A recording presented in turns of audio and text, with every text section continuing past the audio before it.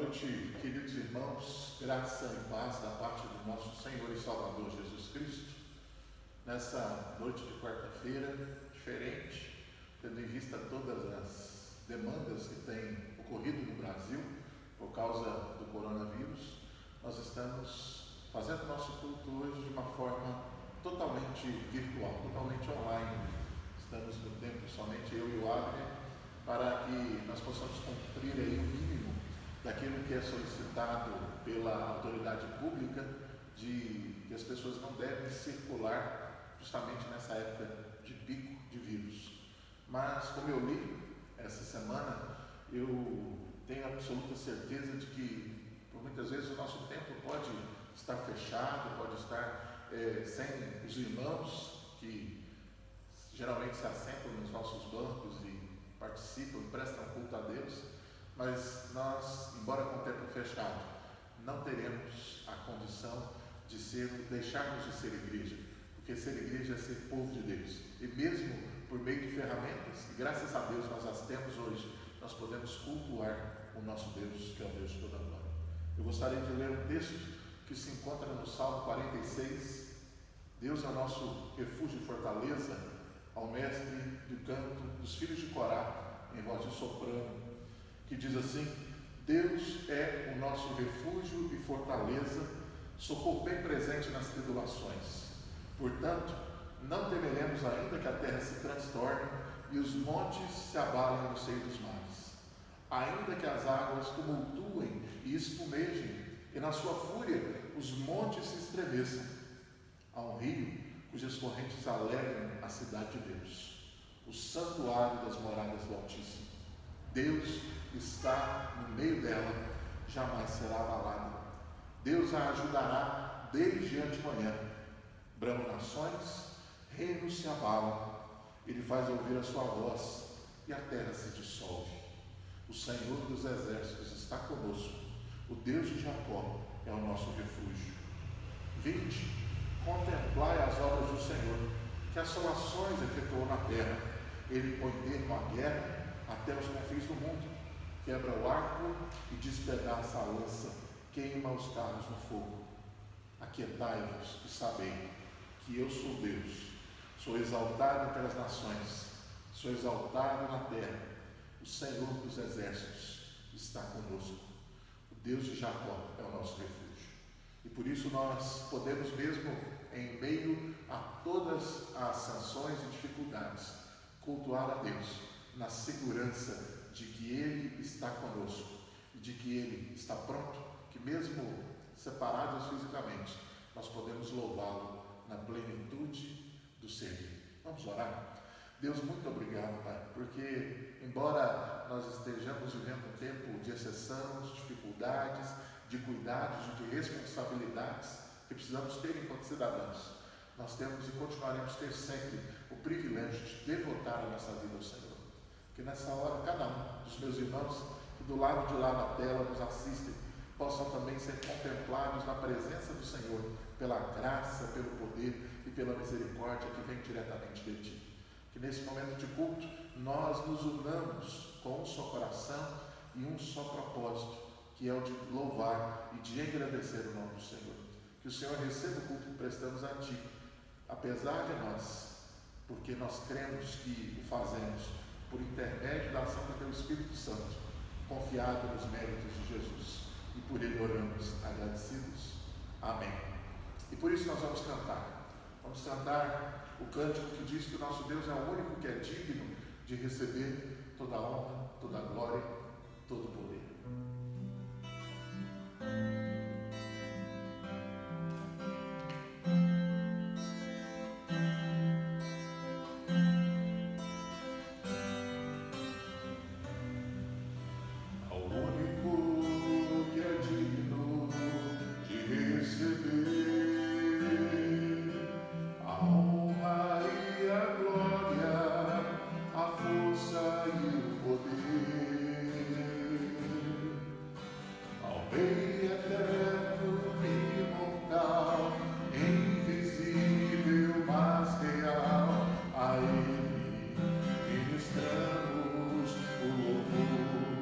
Tu és o único, ó Deus,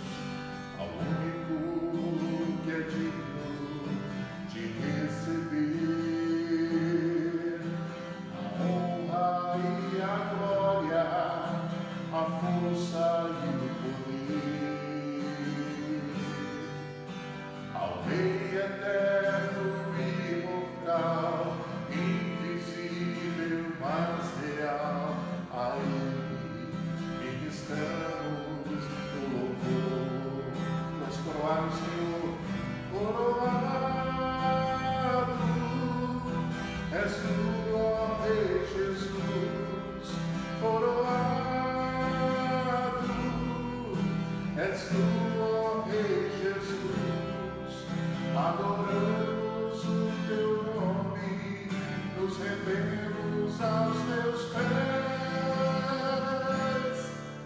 consagramos todo o nosso ser a ti, porque tu és coroado, Senhor, coroado, és tu, ó Rei Jesus, coroado, és tu, ó Rei Jesus, adoramos o teu nome, nos rendemos aos teus pés, consagramos todo o nosso ser a ti, consagramos todo o nosso ser a ti, consagramos todo o nosso ser a ti. Ó Deus, nós queremos consagrar a nossa vida, consagrar este momento de adoração ao Senhor, e que muitas outras pessoas estejam juntos conosco, adorando o Senhor e quebrantados pela cruz, pelo mérito da cruz do Calvário, e olhando para ela, nós vamos rumo a ela, porque Jesus nos chama a uma vida de graça, uma vida de bênção, uma vida de caminhar junto a Cristo. Essa é a nossa grande bênção, quebrantados pelo amor de Deus. Aleluia.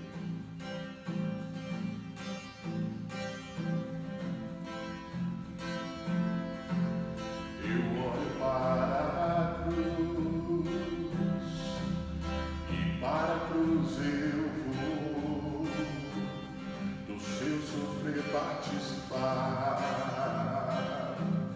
da sua obra vou cantar, meu Salvador na cruz mostrou o amor do Pai, o justo Deus.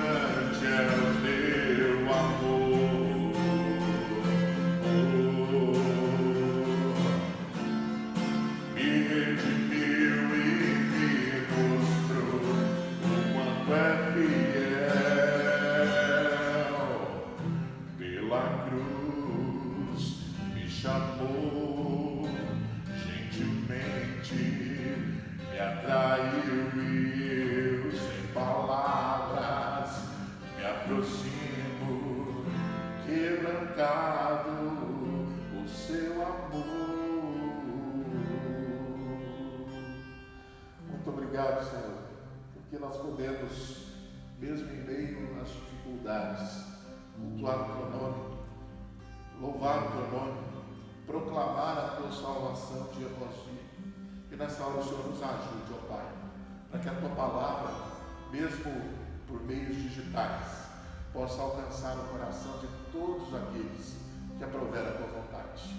Que, apesar de mim, o teu Espírito e a tua palavra agem de forma livre, eficaz, suficiente em Jesus Cristo, para a glória do teu nome. É a nossa oração no nome de Jesus. Amém.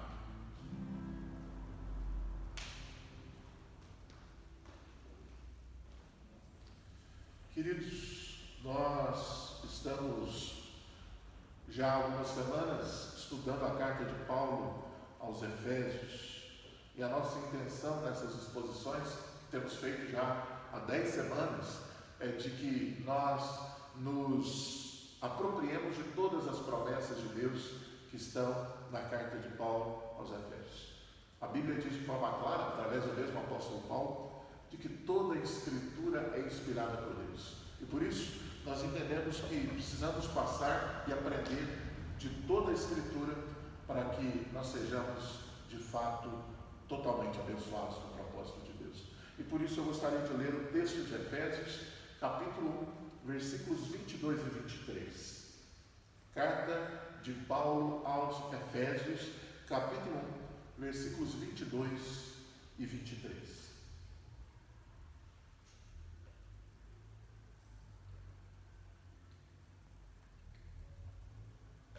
E diz assim o texto da palavra do Senhor: e pôs todas as coisas debaixo dos pés, e para ser o cabeça sobre todas as coisas, o deu à igreja, a qual é o seu corpo, a plenitude daquele que a tudo enche em todas as coisas. Meus irmãos, nós hoje vemos Paulo, e já temos falado há algumas semanas, que Paulo, no contexto imediatamente anterior, orava pelos cristãos efésios. E Paulo tendo estabelecido duas verdades concernentes a Jesus Cristo, verdades essas que são, a primeira, como tendo a ver com o valor ou com o fato de que Jesus foi ressuscitado dentre os mortos para um tipo de vida onde a morte não tem mais poder sobre ele.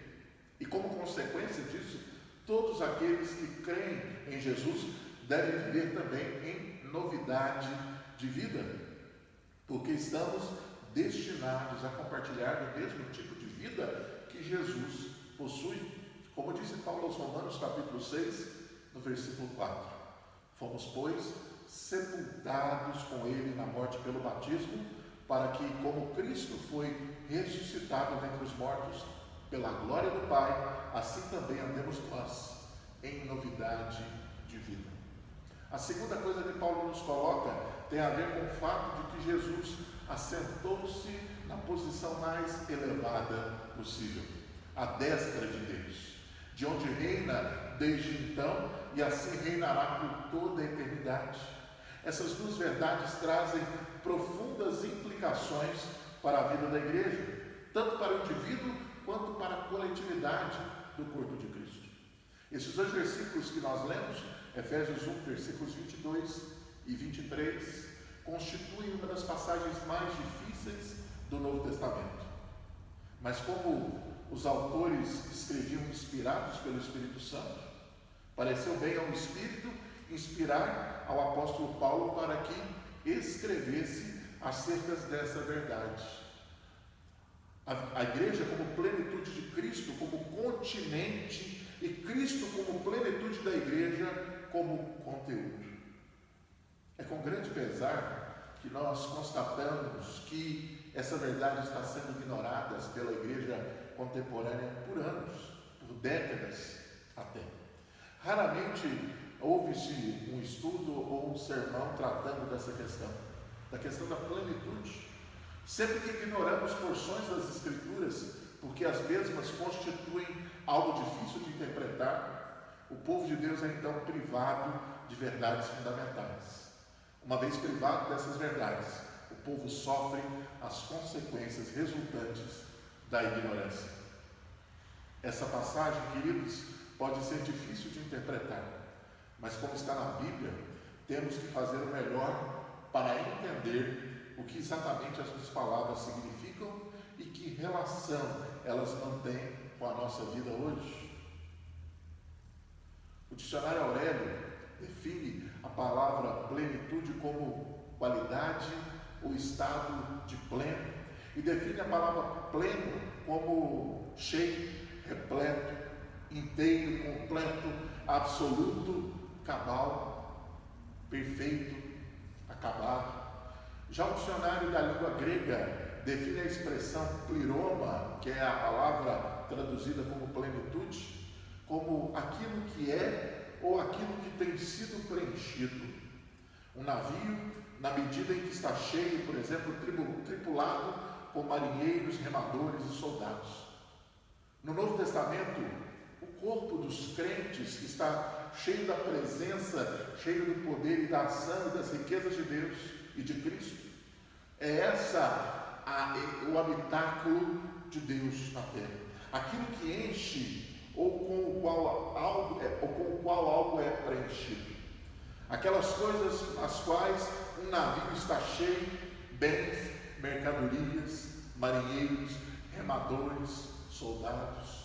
Pleroma também significa consumação ou plenitude do tempo, plenitude mesmo ou abundância. E ainda cumprimento ou realização. São muitas as possibilidades de interpretação dessa pequena palavra. Os dicionários nos ajudam a entender que quando o assunto é plenitude, dois aspectos precisam ser observados por nós. O primeiro diz respeito ao continente, ou seja, aquilo que contém algo. O segundo diz respeito ao conteúdo, ou seja, aquilo que é contido. Em ambos os casos, queridos, a expressão plenitude agrega o sentido de algo cheio, de algo repleto, de algo completo, pleno, realizado, perfeito, algo acabado. Vejamos então quais são as implicações para as nossas vidas quando o apóstolo Paulo menciona a igreja e Cristo como plenitude. A Bíblia, queridos, é clara. Deus pôs todas as coisas debaixo dos pés de Jesus Cristo e o fez Jesus cabeça de todas as coisas, inclusive da igreja. Quais são as implicações dessas verdades? Primeiro, as epístolas irmãs, Efésios e Colossenses, são as duas cartas que Paulo mais elabora essa questão da plenitude. E ao lermos, por exemplo, a epístola de Paulo aos Colossenses, ficamos com a nítida impressão de que os irmãos estavam se sentindo ali oprimidos por uma heresia que os levava a um temor perverso dos poderes espirituais que os cercavam. Contra essa heresia que tem sido reinventada no nosso tempo, nos nossos dias, o ensino do apóstolo é bem claro: Cristo é superior a todo principado, autoridade, poder ou domínio espiritual. Como nós podemos ver em Efésios capítulo 1, versículo 21. Vejamos o que a Bíblia nos ensina nesse sentido.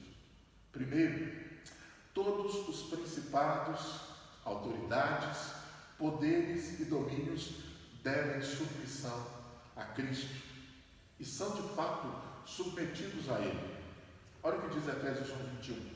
Acima de todo principado e potestade e poder e domínio e de todo nome que se possa referir, não só no presente século, mas também no século vindouro. Colossenses capítulo 1, versículo 6, Paulo diz assim: que chegou até vós, como também em todo mundo está produzindo fruto e crescendo. Tal acontece entre vós, desde o dia em que ouvistes e entendestes a graça de Deus na verdade. Ainda Colossenses capítulo 2, versículo 10. Também nele estáis aperfeiçoados. Ele é o cabeça de todo principado e potestade. Queridos, essa superioridade que foi conferida a Cristo por Deus Pai, quando na exaltação do nosso Senhor, o coloca numa condição completamente diferente. Efésios capítulo 1, versículo 20, o qual exerceu ele em Cristo, ressuscitando-o dentre os mortos e fazendo-o assentar-se à sua direita nos lugares celestiais. E tudo isso tem uma relação com aquela referente a todas as coisas, a expressão de que Cristo, quando da criação no princípio, é o princípio fundador de todas as coisas. Nós podemos ver isso, por exemplo, em Colossenses 1,15 e dali por diante. Agora, queridos, para satisfazer o desejo e o prazer de Deus, tal submissão absoluta e completa foi renovada.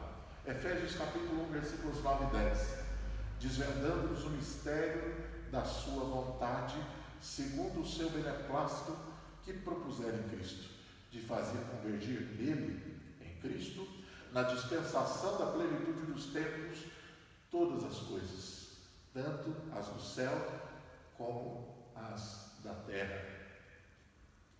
Tudo isso é expresso de forma clara quando se diz lá em Colossenses 1,19, porque aprove a Deus que dele, Jesus, residisse toda a plenitude. Mas há um outro verso que exprime de maneira bastante clara essa verdade. E esse verso é Colossenses 2,9, que diz assim: portanto, nele, em Cristo, habita corporalmente toda a plenitude da divindade.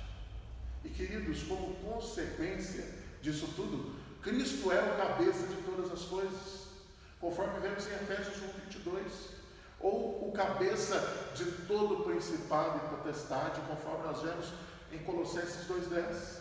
E em virtude da glória que lhe foi dada por Deus, Cristo subiu acima de todos os céus para encher todas as coisas, conforme nós vemos em Efésios capítulo 4, versículo 10. No Antigo Testamento, o Deus eterno afirma que ele enche os céus e a terra, conforme vemos em Jeremias 23, 24. E diante desse fato, a divindade de Cristo é inescapável. Mas um dia, o próprio Senhor, Jesus Cristo, se sujeitará novamente ao Pai, para que Deus seja tudo em todos. Primeira carta de Paulo aos Coríntios, capítulo 15, versículo 28, diz assim: quando, porém, todas as coisas lhe estiverem sujeitas, então o próprio Filho também se sujeitará àquele que todas as coisas lhe sujeitou, para que Deus seja tudo em todos. Enquanto isso, meus queridos, a igreja, nós, o povo de Deus, somos exortados a permanecer firmes em Jesus Cristo e não nos deixar abalar pelas situações, pelas filosofias e pelas vãs sutilezas das tradições dos homens, nem com os rudimentos deste mundo.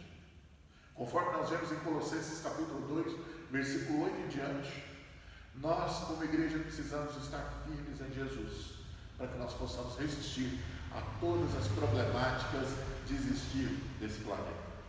Tudo isso, Paulo nos mostra aqui, inspirado pelo Espírito Santo, é para nos dizer que não existe vida ou poder independente ou acima de Deus. Não há nada que possa se sobrepor à majestade e ao senhorio de Deus. Deus é absoluto sobre todas as coisas. Até a situação na qual nós estamos inseridos, por exemplo, este culto que temos que fazer exclusivamente de forma virtual, está sob o domínio e o poder de Deus. E como diz o apóstolo Paulo em Romanos 2, 8, 28, todas as coisas cooperam para o bem daqueles que amam a Deus, daqueles que são chamados segundo o seu propósito. Nós temos que entender que a igreja está em uma posição de obediência. Olha o que diz Efésios capítulo 3, versículo 18 e 19, poder compreender com todos os santos qual é a largura, o comprimento, a altura e a profundidade, e conhecer o amor de Cristo, que excede todo entendimento, para que sejais tomados de toda a plenitude de Deus. Esta é a mesma glória de Cristo como cabeça de todas as coisas. Cristo como cabeça da igreja. E essa posição determina justamente Cristo como o cabeça ou o rei, o soberano da igreja. A linguagem da plenitude aqui retorna quando o assunto é o relacionamento de Cristo com a sua igreja. A igreja é o pleroma de Cristo. A igreja é o domínio completamente preenchido por Jesus. A igreja só é igreja porque Cristo é o rei dela. Se não fosse o Cristo que reina sobre a igreja, nós poderíamos ser qualquer coisa, uma associação, um ajuntamento de amigos, mas a igreja só é igreja porque ela é cheia de Cristo através do poder do Espírito Santo. A mesma linguagem ocorre em Colossenses 2,10, onde, após afirmar que Cristo nele habita corporalmente toda a plenitude da divindade, o apóstolo Paulo continua e afirma: em Cristo, nós, a igreja, que nele nós estamos sendo aperfeiçoados. E a mesma ideia é repetida em Efésios capítulo 3, versículo 19, também no capítulo 4, versículo 7 até o 17. Nessa última passagem de Efésios 4, nós somos lembrados que o cabeça de todas as coisas, como cabeça da igreja, tem proporcionado a esta mesma igreja tudo o que é necessário para o crescimento dela, até que cada indivíduo, na totalidade do corpo, atinja a estatura de varão perfeito. Assim, temos que, se por um lado Cristo enche todas as coisas com a sua presença gloriosa, conforme nós vemos em Efésios 1:23 e 4:10, por outro lado, a igreja é chamada de seu pleroma, ou de sua plenitude, ou seja, aquele local especial, cheio e destinado a ficar cada vez mais cheio com a sua presença gloriosa.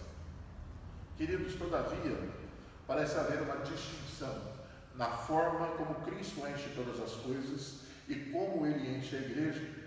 No primeiro caso, fala-se do seu poder e do fato de que todas as coisas estão contidas ou submetidas nele. No caso particular da igreja, o enchimento ou a plenitude ocupa o lugar da nossa responsabilidade de irmos nos apropriando de cada um e de todos os dons com que Cristo encheu a igreja.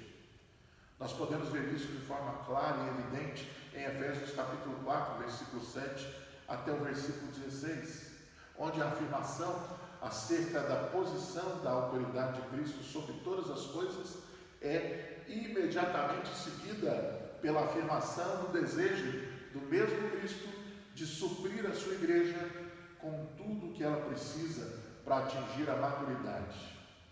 O propósito dessas afirmações é duplo.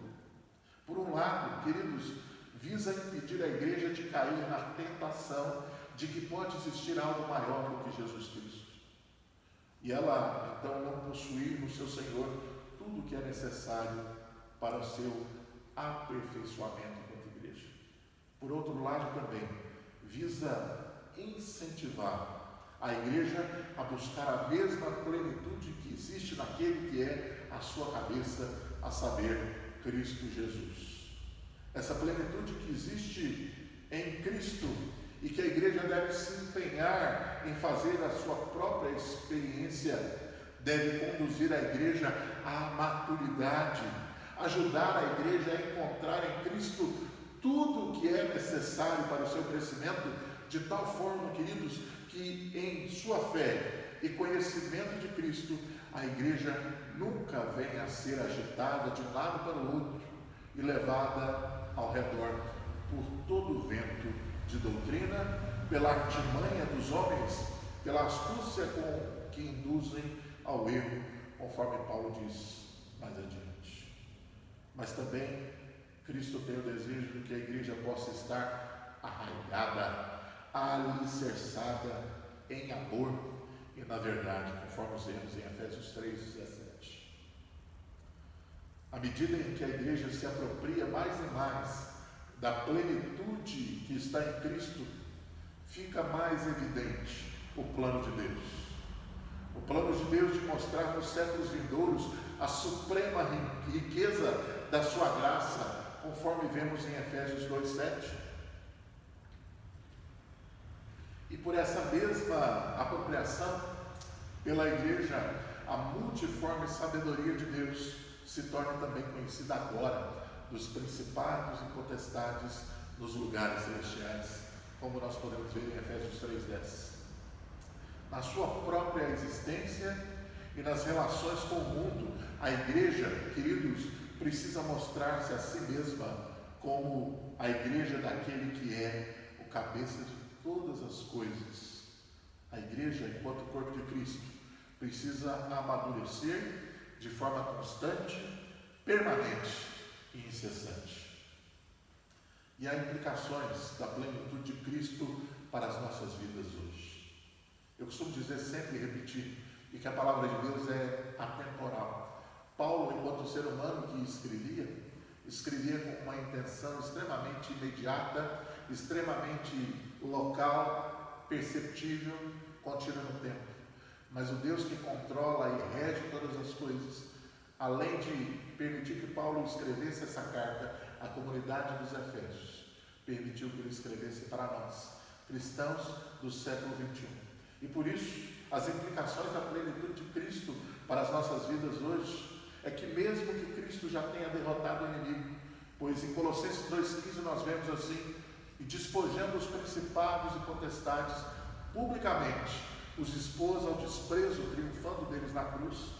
Isso não quer dizer que esses principados e potestades sejam inofensivos. Nós somos advertidos de forma contínua, lá em Efésios 6,12, por exemplo, que a nossa luta não é contra o sangue e a carne, e sim contra os principados e potestades, contra os dominadores deste mundo tenebroso, contra as forças espirituais do mal nas regiões celestes. Mas nós não estamos abandonados. Parte daqueles dons que o Senhor está desejoso de fornecer à sua igreja, na sua plenitude, inclui uma completa armadura tão rica e poderosa que, revestidos por ela, nós podemos resistir no dia mau e, depois de termos vencido tudo, permanecermos inabaláveis. É isso que Deus tem para a nossa vida, meus irmãos. E já concluindo, diante disso tudo que vimos até agora, temos que ver que a igreja não pode ser considerada um plano alternativo ou um plano de contingência da parte de Deus, e nem pode estar, como de fato não está, submetida a nenhum tipo de manipulação por aqueles que, de forma equivocada, acham que são os donos do poder, os donos da igreja. Papa nenhum, bem como nenhum presidente de concílio, nenhum pastor, apóstolo, profeta, bispo, ou que seja lá como se chamar, tem alguma prerrogativa ou tem algum poder sobre a igreja do Senhor. Como nós acabamos de mencionar, a igreja é dele, a igreja é do Senhor. O corpo é do Senhor. E o Senhor é o único cabeça da igreja. Tudo o que é pertinente ao Senhor é pertinente à sua igreja. É impossível privilegiar a um sem privilegiar o outro. Por semelhante modo, queridos, é impossível querer prejudicar a um sem prejudicar a outro. Cristo e a sua igreja estão intimamente ligados, entrelaçados. Percebam em que situação delicada se colocam estes homens com seus títulos pomposos, quando se arrogam nos nossos dias atuais no direito de saberem o que é melhor para a igreja, quando tomam decisões que são frontalmente contrárias à vontade revelada do Senhor contida na Bíblia, quando estes se empenham também em prejudicar crentes individuais por não concordarem com as falas deles, com seus excessos, com seus abusos, e também quando ensinam o erro e pretendem que que estão falando em nome do Deus verdadeiro. É realmente uma situação muito precária e eles terão, de fato, darão contas à presença de Deus, de cada um dos atos que cometerem nessa terra. E tudo isso, meus queridos, para que fique evidente, o mais evidente possível, para todo o universo, que pela igreja, conforme Efésios 3:10, pela igreja que a multiforme sabedoria de Deus se torne conhecida de Deus. Essa sabedoria de Deus se torna conhecida agora dos principados e potestades dos lugares celestiais. A minha oração nessa noite, diferente, onde a maioria dos irmãos está em casa, e é assim que deve ser, devido aos protocolos que nós estamos observando e obedecendo para o nosso próprio bem. A minha oração por você nessa ocasião é que Deus possa revestir a sua vida do pleno conhecimento de Cristo, para que por Ele nós possamos ter a dimensão, a altura, a profundidade da plenitude que temos em Jesus Cristo, daquilo que Deus preparou para a sua igreja.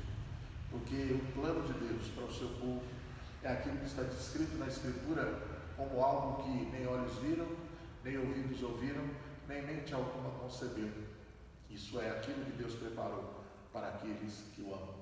Que Deus possa abençoar a sua vida, que Deus possa cuidar de você, e que nesses dias de exceção, e nesses dias onde nós precisamos ficar mais resguardados, que nós possamos ter a consciência de que, embora o templo esteja vazio, o templo esteja fechado, Cristo nos conquistou para que nós jamais deixemos de ser igreja do Senhor, porque Ele é o cabeça de todas as coisas e reina absolutamente sobre todos os poderes constituídos. Todos os poderes se dobram à majestade de Jesus Cristo, e a Ele seja a glória para sempre. Amém? Vamos orar, finalizando o nosso momento de reunião, de culto, diferente, mas que não deixa de ser culto ao Senhor, porque mesmo daí de cá, estamos unidos num só coração, de render ao nosso Deus todo o louvor que é devido a Ele. Vamos orar. Deus, nós te agradecemos pelo privilégio dessa noite, pela oportunidade também, pelo meio da tecnologia, das transmissões de internet, podermos compartilhar esse momento de comunhão também. Sabemos que comunhão vai muito além de toque, vai muito além de estarmos fisicamente e geograficamente unidos. Comunhão é aquilo que é conquistado na cruz do Calvário. Na multidão dos que creram era só o coração. Essa é a verdadeira comunhão que o Senhor conquista para nós na cruz do Calvário. Que o Senhor esteja, Deus, protegendo a todos os queridos neste momento. Esse momento que é crítico, esse momento que é difícil, e um momento que requer de nós a responsabilidade de sermos agentes de bênção também na nossa vida em sociedade. Que o Senhor esteja protegendo a toda a nossa cidade, a todo o Brasil, a todo o mundo, Pai. Que esse vírus e toda essa situação que nós nos encontramos por meio disso, seja unicamente voltada para glorificar e bendizer o nome do Senhor. Como nós cremos que Tu tens o controle sobre todas as coisas, nós cremos que isso também trará glória, louvor e honra ao nome do Senhor. E é por isso que nós oramos, agradecidos no nome de Jesus. Amém. Que Deus te abençoe.